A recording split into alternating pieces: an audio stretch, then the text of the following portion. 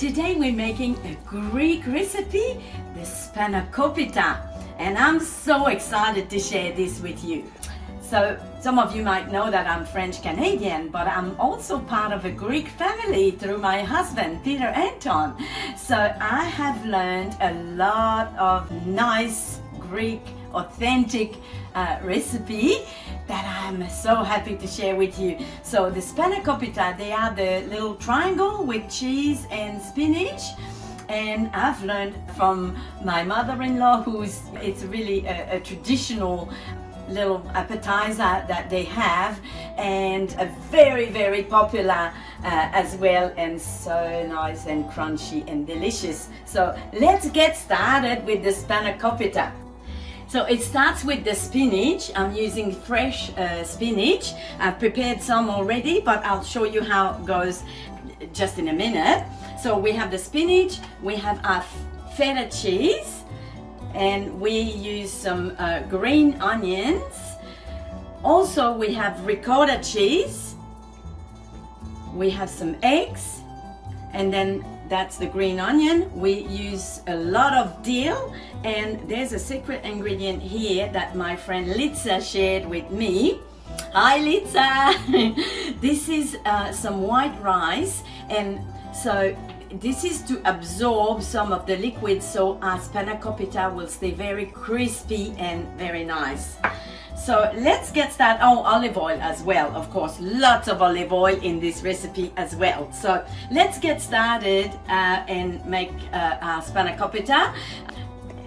The ingredients are quite simple, but it's the making of the triangle that takes a little bit longer, but we'll get to this in a minute. Okay, so now our spinach. There's many ways I see that people like to make this. The Greek people, it's interesting, they have all their own ways of making, and they're all the best one. So today I'm following my Greek friend Litza, her guidance and her recipe, and she said she's using the raw spinach, so that's what we're gonna do, and that's what I prefer anyway. We use fresh spinach. I have half a kilo, so 1 pound of fresh spinach. Now, a lot of people cook the spinach because of the water content in the spinach.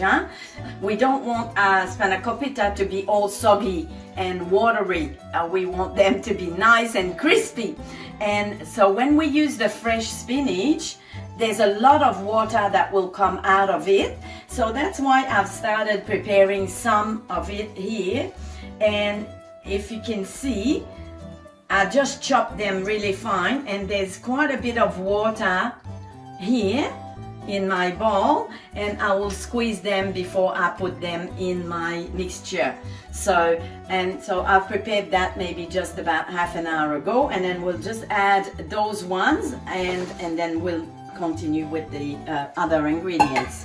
So with your spinach, fresh spinach, so let me explain. If you decide to cook them, or you can use the frozen spinach, they will also have a lot of water content, so they need to be squeezed, or you put them in a colander to really sort of drip out the water, or in a cheesecloth and squeeze it hard. So we try to keep all the water out as much as we can. So that's why I put them here, and I put a little bit of salt, and it draws out the water.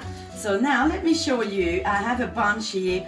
I have in this bowl already 4 bunches of spinach like that. So I had a big container, a big plastic container full of spinach that I use for that. So you see how much it reduces. So I had 4 bunches like that already in here, and I just kept those just to show you. So a good way to chop them really fine is to try to, as much as possible, create a little ball and just squeeze them all together like that and roll it all together, and it's easier to chop.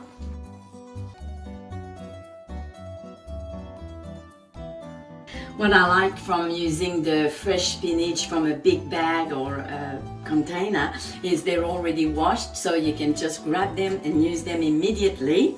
And so we'll put those ones together with the ones that are already in the bowl. I just put a little bit of salt that will draw out the rest of the moisture, and I'll mix it a little bit together, but it will be ready just a little bit, not much, because this recipe we don't put a lot of salt because we have all our cheese that's already salty. So I'm just gonna mix this together a little bit to make sure that it all starts to draw the water, and then when we put it in, squeeze and get all the juice out, all the moisture out. Alright, we're gonna start mixing all our ingredients. I like to start with the egg. There's 2 eggs beaten here, and I'll put that in my big bowl, and then I will start to add the cheese. So we have our ricotta cheese, no low-fat cheese in that, the full cream cheese. It's gonna be really creamy and nice. And we have, of course, our Greek feta, and we're gonna crumble it, but you don't want to purchase the one that's already crumbled. You better to have a nice block. Have about 1 pound here of feta cheese, and we're just gonna add that here to the eggs to start mixing it all together. So you just crumble your cheese like that, and then we're just gonna mix it all nice and melted when we finish. So here's our feta, and we have our ricotta cheese as well, all in. I have also 1 pound of ricotta cheese, and then I'm just gonna start mixing that here with our egg. Okay, now we add our green onion. I have 4 green onion, and I have 1/4 cup of dill. We love dill. And then we're just gonna mix that, and we're up to our spinach now into the mix. Now they've been sitting there just 5 minutes, the second batch, but the first one you saw there was a lot of moisture. So what we're gonna do is, you have to do that with your hands. Grab with your hands and squeeze it. Look at that. Squeeze as much as you can out of it, just like this, and then add it to our mixture here. So there's 1 pound of spinach. I mean, it's quite easy, huh? 1 pound of feta, 1 pound of ricotta, 1 pound of spinach. Simple, easy, 2 eggs. So, okay, we're just gonna take the time to squeeze this properly, and then add them to the bowl here so they have no more moisture in there. Okay, nearly all done for our preparation. We're gonna add some black pepper, and as much as you like. We like a lot of black pepper here. And salt, we have already salt in the spinach and also in the feta. So no more salt for this one. And then, so this was a little tip from my friend Litsa.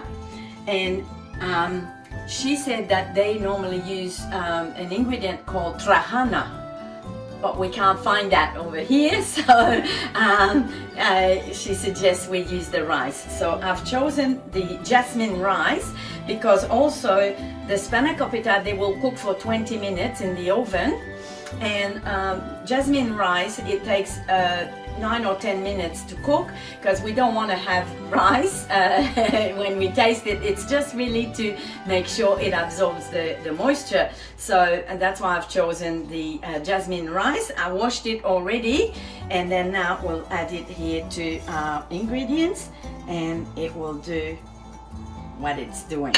So we're gonna mix everything now, and we're gonna be ready to prepare our triangle with the phyllo paste. Now, if you have never used phyllo paste, follow my lead because it's a little bit delicate to use, but quite simple as well. So we'll show you how to manipulate that. So you buy that frozen in the supermarket. Normally we find it where they have frozen vegetable and things like that. So it comes in a nice long box and it's frozen. Keep it frozen until you're ready to use it. And then what I did is last night I took it out of the freezer, put it in the fridge to unfroze, and then a couple of hours ago I put it on my bench to really be ready for right now. So now this is all mixed and ready and perfect. So alright, we have our phyllo pastry here. And then so we can unfold it and I will place it right here. I'm gonna place it on top of my wet cloth. So this dishcloth here is a little bit wet and it's gonna keep the moisture.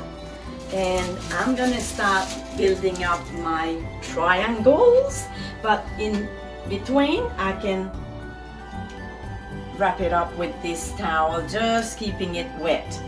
So now they are very thin sheets. So you managed to just get one sheet of phyllo. I'll put it right here on my board and then put a little bit of olive oil. It's delicate, as I said, just go smooth with the brush. Doesn't matter if it's not everywhere, you can just go a little sort of stroke or even just pat like this and just have a little bit of olive oil on the sheet here, just like that. And then we're gonna add one more layer of phyllo.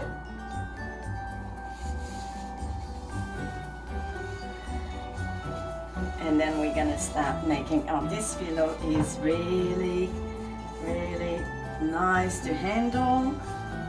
So as long as you just go a little bit slow and it doesn't have to be all perfect. If that happens that they break off, it could happen, does not matter. It's fine. If they break off, that's okay.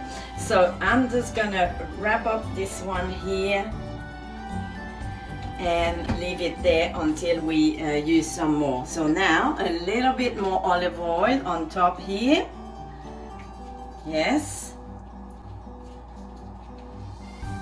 So now I'm gonna cut them in long ways, because you can cut it in 4 or in 3 depending what size of triangle you want. I'll go for cut this sheet in 3. So just with your knife like that, you just go along and that's it. Very easy to cut. So, and if they're not exactly the same size, it's okay. Voila. So now we're ready to start adding our filling. So I have I'm using a tablespoon to handle it, but I put just maybe 1.5 teaspoons, not too much, because we don't want them to burst. So we put it here at the end of the layer here, and then we're gonna start folding just like this, like a triangle. Look at this, just like that. You just find, you know, your angle, and then you keep folding just like this. Very simple. Just we make a beautiful, perfect triangle. At the end, we just fold it like this as well. And then we're gonna place that on a baking sheet on a with some parchment paper, and we're gonna brush a little bit more oil on it first before we put it on our baking sheet. So there's lots of oil here. So we have our beautiful triangle here, and we'll put it on a baking sheet and continue with the next one. Now, one other idea is that if you're preparing them way in advance, we can froze them. What I suggest is that when you finish folding, you do not add any extra oil on top just yet. You can put them on also on a baking tray, but send that to the freezer so they're all separate. They're not close to each other. So you froze them like that, and the next day when it's frozen, you can then take them out, make them in little bags, and when you're ready to cook them, you take them frozen from the freezer, brush with a little bit of oil and send them in the oven frozen. You don't have to unfroze it. You don't want to start melting or anything. So frozen ones, brush with a little bit of oil and put it in the oven. It goes at 350 for about 20 minutes. So very simple. Okay, so we just continue. So that's the fun part here, where you can invite the kids to come and help make the triangle. They love to participate here with that, and just have to show them. We fold it once and then fold it like this, and it's quite simple. It's making your perfect triangle. Just fold and fold again, and then fold again, and then our last bit here. Voila, a little bit of oil, not too much, but still a little bit of oil, because we're gonna bake those. If you're freezing them, no oil just yet. So here we go on the baking tray, and we keep going like this. So we'll be here for a little bit with all this. Now, you don't want to get too excited and have too much of the filling, because we don't want them to burst. We want them to stay really together.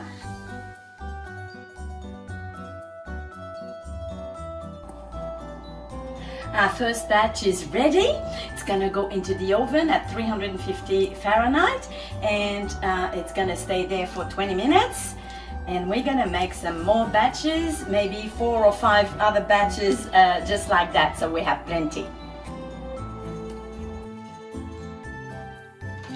And voila, our beautiful Spanakopita. I'm so excited. We're gonna just place them like this in our tray. This looks perfect and it smells really nice. Now, when you serve the Spanakopita to your guests, you better have a lot more ready, because this plate will be empty in no time. They go really, really fast. People love those. So make sure you have backup and you have plenty more coming. Now let's look inside, and your pastry is all flaky and nice, and so we're gonna just cut it in two and have a look inside and see. This is what we want. It's falling apart. Yes, that's how it is, and it's all cooked through and beautiful inside. They are perfect. Now we're ready to serve that to our guests, and they're gonna enjoy it. Yasu, bon appetit.